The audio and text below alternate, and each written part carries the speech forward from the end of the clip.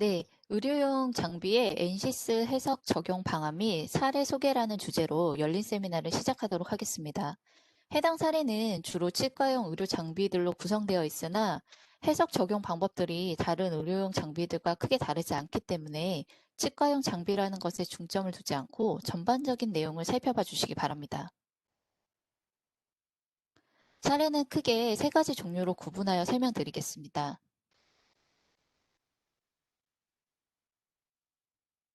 첫 번째는 치과용 밀림 머신의 해석 적용 부분과 사례에 관한 내용입니다.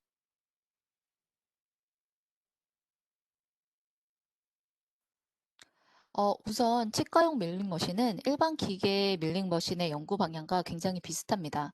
다만 치과용 밀링 머신이 일반 기계 밀링 머신에 비해 더 높은 고속 회전과 정밀성을 요구하는 특징을 가집니다. 해석을 사용한 밀링 머신의 연구 방향은 크게 네 가지로 구분할 수 있는데, 첫 번째는 밀링 머신의 축 개발입니다. 밀링 머신은 가공 방향으로의 움직임과 회전 속도를 고려해서 설계하는데, 제품의 정밀 가공을 위해 스핀들이 고속으로 회전을 하게 됩니다. 이 과정에서 가공 진동이 발생하게 되고 조립 장비에 영향을 미치면서 문제가 발생됩니다. 따라서 장비 설계 시에 저진동이 발생할 수 있도록 설계 방향을 설정해야 합니다. 두 번째, 프레임과 케이스 같은 경우인데요. 가공 진동이나 온도, 습도와 같이 외부 환경 오염에 대한 안전성을 확인하기 위해서 해석을 통해 피로 강도 또는 내구성의 평가를 수행합니다. 세 번째는 멀티지그의 설계로 커넥션부와 클램프부를 고정하는 죄송합니다.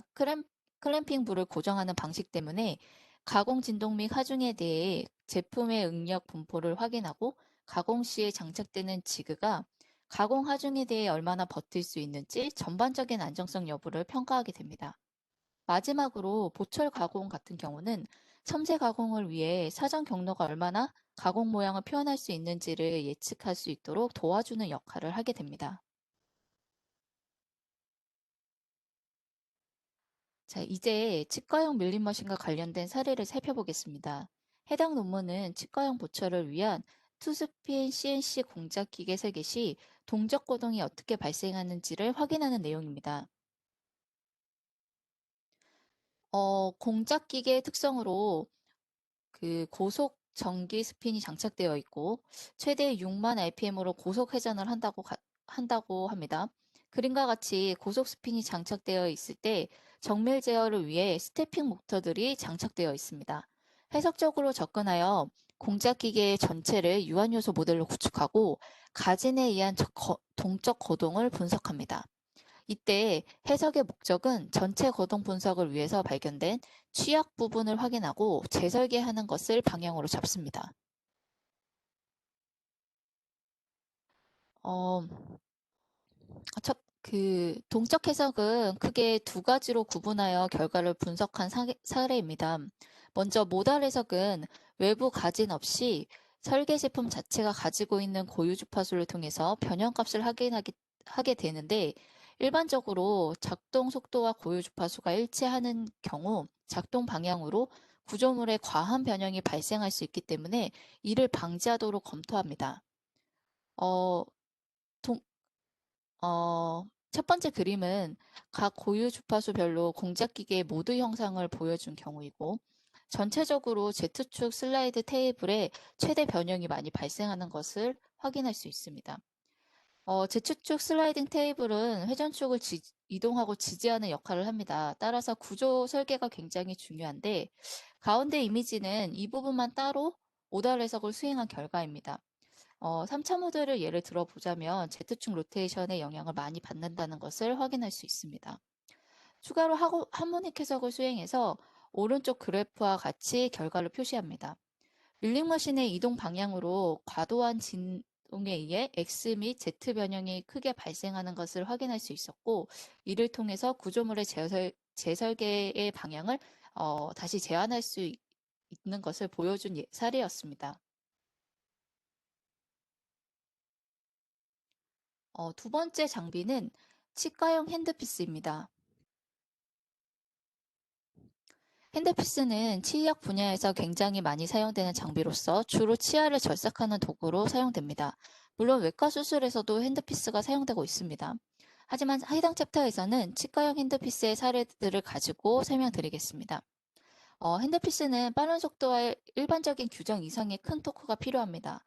반면 의사가 직접 도구를 잡고 시술하기 때문에 핸드피스의 지나친 진동은 시술자의 손떨림을 유발하고 이 때문에 시술의 정확도가 떨어지거나 또는 환자의 안정성에 영향을 미치기 때문에 적절한 설계 및 안정성을 함께 평가해야 됩니다. 즉, 고속 회전을 유지하면서도 진동을 최소화하는 최적 설계 연구가 필요합니다. 이와 더불어 최근에는 소음 해석에 대해서도 고민을 하고 있는데요. 치료 시 기구에서 발생하는 소음이 환자의 불안감을 조성할 수 있기 때문에 좀 더 안정적인 시술을 위해서 소음을 감소할 수 있는 설계 방향을 고려하고 있습니다. 먼저 첫 번째로 보여드릴 사례는 핸드피스용 감속 기어 개발에 관한 내용입니다. 해당 자료에 대한 출처는 PPT에 명시되어 있기 때문에 명시되어 있고 해당 사례는 엔시스 미케니컬 제품을 사용하여 해석을 수행한 내용입니다. 핸드피스 내의 감속기 기어의 구조 거동 특성을 분석합니다. 오른쪽은 개발이 사용한 핸드피스 모델이고 내부에 모터 앞에 장착된 감속기 안에 기어들을 응력을 확인하고 내구성을 검토하는 것을 목적으로 해석을 수행했습니다. 감속기를 구성하고 있는 모델들은 아래 그림에 유한 요소 모델로 표시가 되어 있고 4초 동안 20도를 회전해서 작용 토크가 0.05 뉴턴미터로 가정을 하게 됩니다.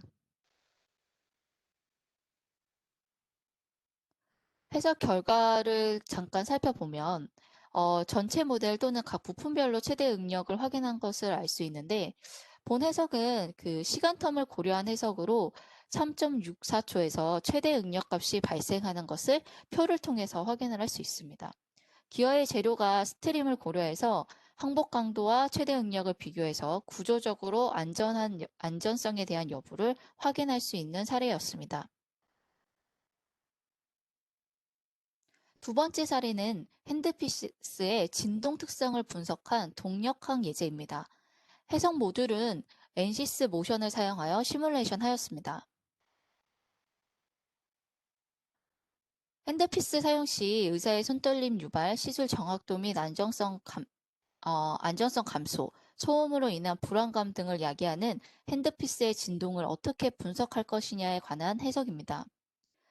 핸드피스 해석 모델은 크게 기어 모델, 샤프트, 베어 모델, 그리고 케이스 모델로 나누어져 있습니다. 기어 모델은 3D CAD 정보를 활용한 강체 바디 접촉 기법을 사용하였고, 베어링 모델은 지오메트리와 물성 정보로 부하의 스티프니스를 계산하는 모션의 베어링 모듈을 사용하였습니다. 진동의 주요 가지면을 파악하고 그 기여도를 분석해서 설계 방향을 제시하기 위한 해석의 사례입니다. PPT 기법을 사용하여 주파수별로 가속도를 분석하고 주요 가진원을 분석합니다. 그리고 앞에 그림과 같이 조립 각도, 알파에 따라서 진동 특성이 어떻게 달라지는지를 확인하여 설계에 반영합니다. 해당 표를 통해서 절삭각이 증가하면 기어 간의 물림 면적이 증가하게 되고 이로 인해 가속도 크기가 감소한다는 것을 확인할 수 있습니다. 세 번째 사례는 핸드피스 내부의 에어터빈의 성능 및 흐름을 파악하기 위한 유동 해석입니다. 엔시스 CFD를 사용하여 해석을 수행한 사례입니다. 치과용 연마장치인 핸드피스 내에는 고속으로 회전하고 압축 공기를 구동력으로 사용하는 에어터빈이 장착되어 있습니다. 작고 가벼우면서 고속 회전하여 환자가 느끼는 통증을 작도록 설계해야 되는데 이러한 과정에서 앞에 설명드린 것처럼 소음이 크게 발생하거나 또는 토크가 충분하지 않게 되는 문제가 발생하게 됩니다.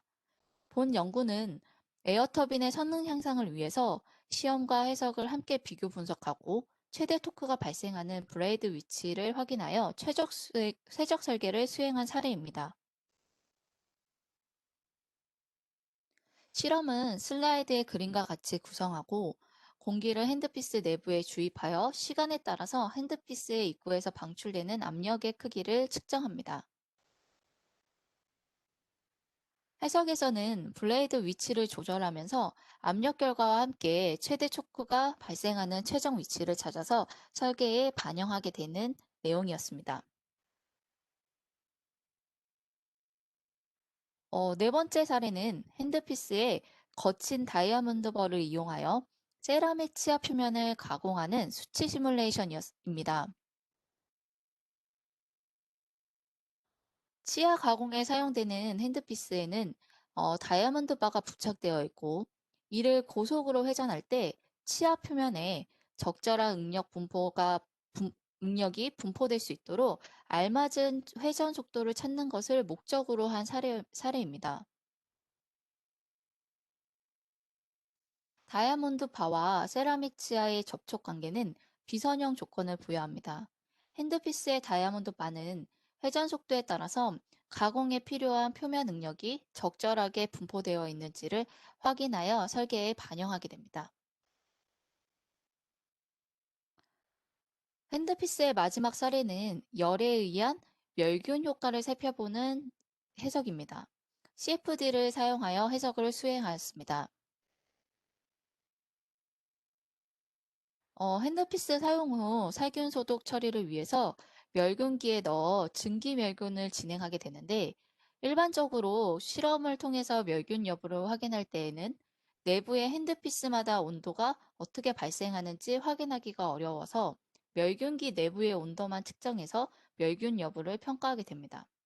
해당 사례에서는 해석을 통해서 핸드피스 표면에 멸균에 필요한 온도까지 도달하게 되는지 그 여부를 확인합니다. 멸균기 장비의 공정은 일반적으로 3단계로 진행이 되는데, 실제 멸균 작업이 진행되는 두 번째 단계에 대해서만 유동 해석으로 진행하였습니다. 해석에 사용되는 지오메트리와 격자를 슬라이드와 같이 구성되어 있는 것을 보실 수 있고요. 시험과 해석의 멸균 환경을 일치시키기 위해서 실험에서의 멸균기 내부의 온도와 해석에서의 멸균기 내부의 온도를 비교해서 유사한지 먼저 확인을 합니다.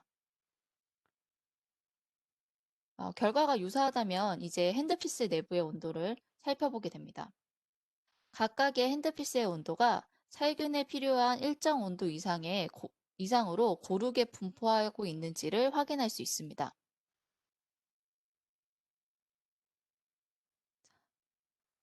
마지막으로 3장에서는 LED 광케어 기기에 대해서 설명드리겠습니다.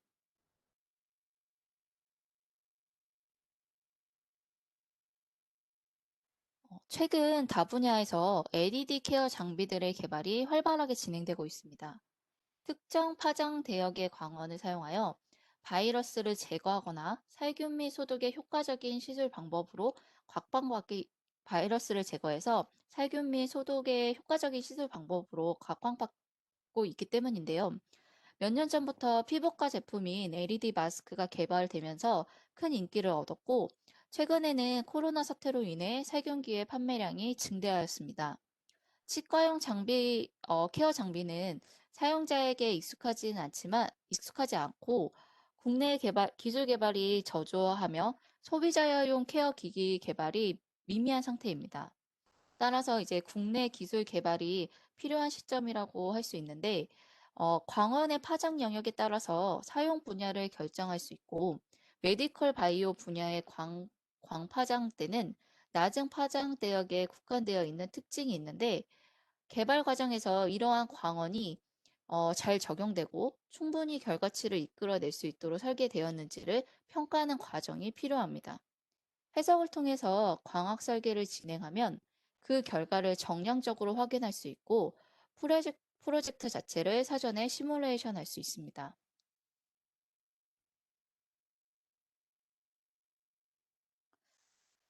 지금 소개해드릴 내용은 그 치주 질환 예방을 위해서 LED 광조사 솔루션 개발 자료의 일부분입니다. 해당 자료는 회로 설계부터 완성 제품이 개발되는 모든 과정을 소개하고 있지만, 저는 광학 설계 부분만 발췌해서 설명을 드리겠습니다. 그리고 그 관련 내용을 참고해서 NCS 스피어스라고 하는 광해석 솔루션에서 이러한 부분들을 어떻게 테스트할 수 있는지를 간단하게 한번 정리해서 보여드리도록 하겠습니다.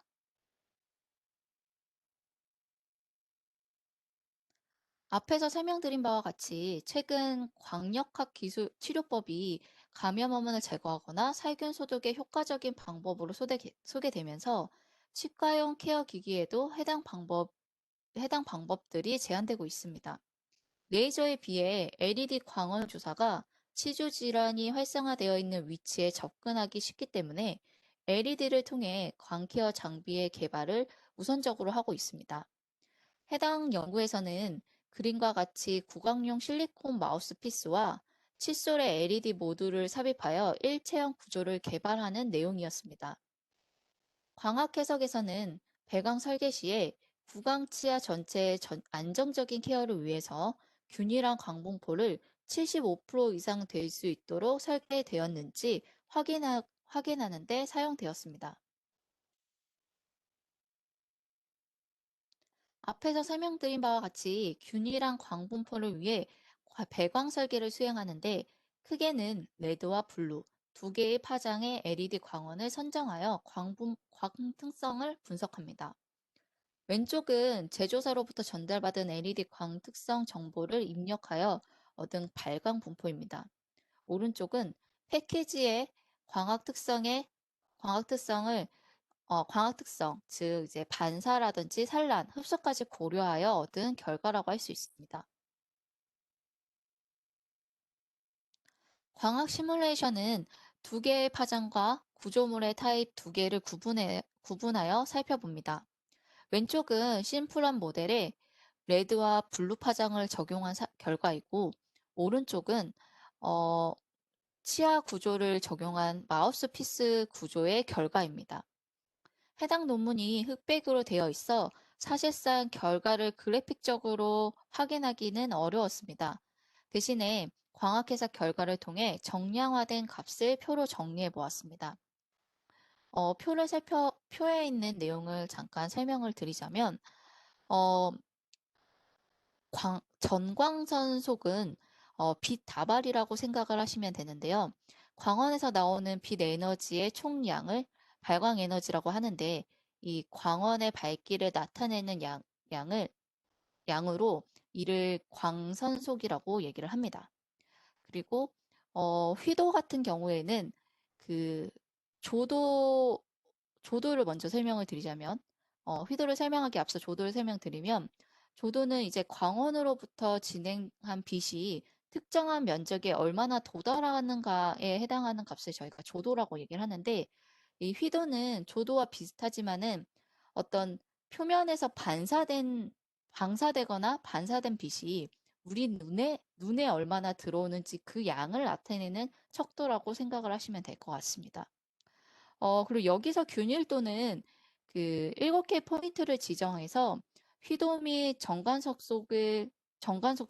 속을 시뮬레이션 했을 때 값이 얼마나 균일하게 발생하는지를 평가한 것으로 예측됩니다. 결론적으로 치주 질환 예방을 위해서 아래와, 아래와 같이 레드와 블루 파장이 한 치아 포인트를 향할 수 있도록 이중 배치를 하였고, 이렇게 진행을 하면 각각 균일도가 77%, 75%까지 얻도록 개발을 완료한 내용이었습니다. 그 앞에서 설명드린 것처럼 소개해드린 사례에 대한 그래픽적인 부분이 흑백으로 표현되어 있어서 좀 시각적으로 확인하는 부분이 어렵다고 느껴지는 부분이 있었습니다. 그래서 그 NCS 스피어스를 통해서 관련 내용을 바탕으로 좀 유사하게 UV 옵티컬 해석을 한번 수행을 해서 어떠한 결과들을 얻을 수 있는지 테스트한 내용을 소개해 드리겠습니다. 첫 번째 타입은 상하 치아 중 한쪽으로만 마우스피스가 적용된 모델이고, 광원은 마우스피스 아래에 위치하고 있어서 조도 결과를 확인해 보시면은 파트 표면에 맺히는 빛의 양을 확인할 수 있고, 오른쪽 상단은 그 마우스피스 상단에 평면이 위치하고 있을 때 맺히는 빛의 어, 양이라고 볼 수 있습니다. 두 번째 타입은 상하 치아를 물 수 있는 마우스 타입입니다. 이렇게 상하 치아를 물 수 있는 마우스 타입으로 동일하게 광원 소스를 하단부에 위치시켜서 해석 결과를 확인을 하실 수가 있습니다. 두 번째로 소개해드릴 사례는 마스크 소독기에 관한 부분입니다. 치과용 기기는 아니지만 그 엔시스 스피어스로 스로 계산된 사례가 어떻게 활용되는지를 좀 간단하게 보여드리도록 하겠습니다. 어, 그 코로나 사태로 인해서 마스크 사용량이 증가하면서 마스크 재사용 및 바이러스 제거를 위한 살균기의 개발도 굉장히 활발하게 이루어지고 있습니다. 이러한 살균 소독을 위해서 메디컬 분야에서는 100나노미터부터 280나노미터에 국한된 단파장 자외선을 사용합니다. 스피어스는 가시광선 외에도 이러한 특정 파장 영역대의 시뮬레이션을 접근할 수 있기에 유용한 프로그램입니다. 마스크 사용량이 증가하면서 이제 경제적 손실이 커지게 되면서 이러한 마스크를 재사용하기 위한 방안으로 살균기에 대한 관심이 커지고 있습니다.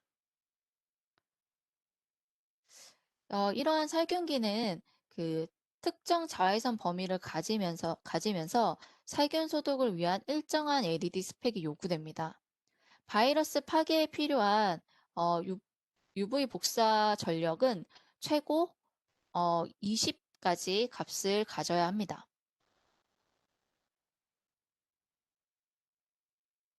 위에서 언급한 LED 사용 정보를 입력하고 시뮬레이션을 진행할 마스크 모델을 지금 보시는 슬라이드처럼 준비합니다. 자, 이건 이제 보시는 것처럼 살균기 안에 마스크 모델을 넣고 시뮬레이션을 진행을 하게 되는데, 오른쪽 상단에 보시면은 소독을 위해서 이 LED 파장의 광 추적을 진행한 것을 확인을 할 수가 있습니다. 요거는 이제 각 파트별로 생성된 격자를 보여주는 거고요. 해석 결과로 이제 마스크 부품별로 조사량을 확인해 봅니다.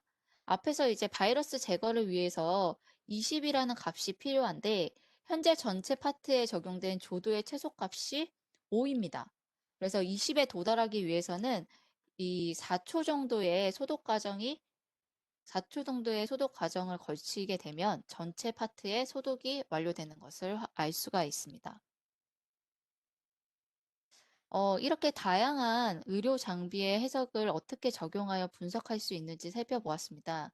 사례는 대부분 치과용 의료 장비였으나 그 다른 의료 장비도 크게 그 적용하는 방법이 크게 다르지 않을 것으로 예상됩니다.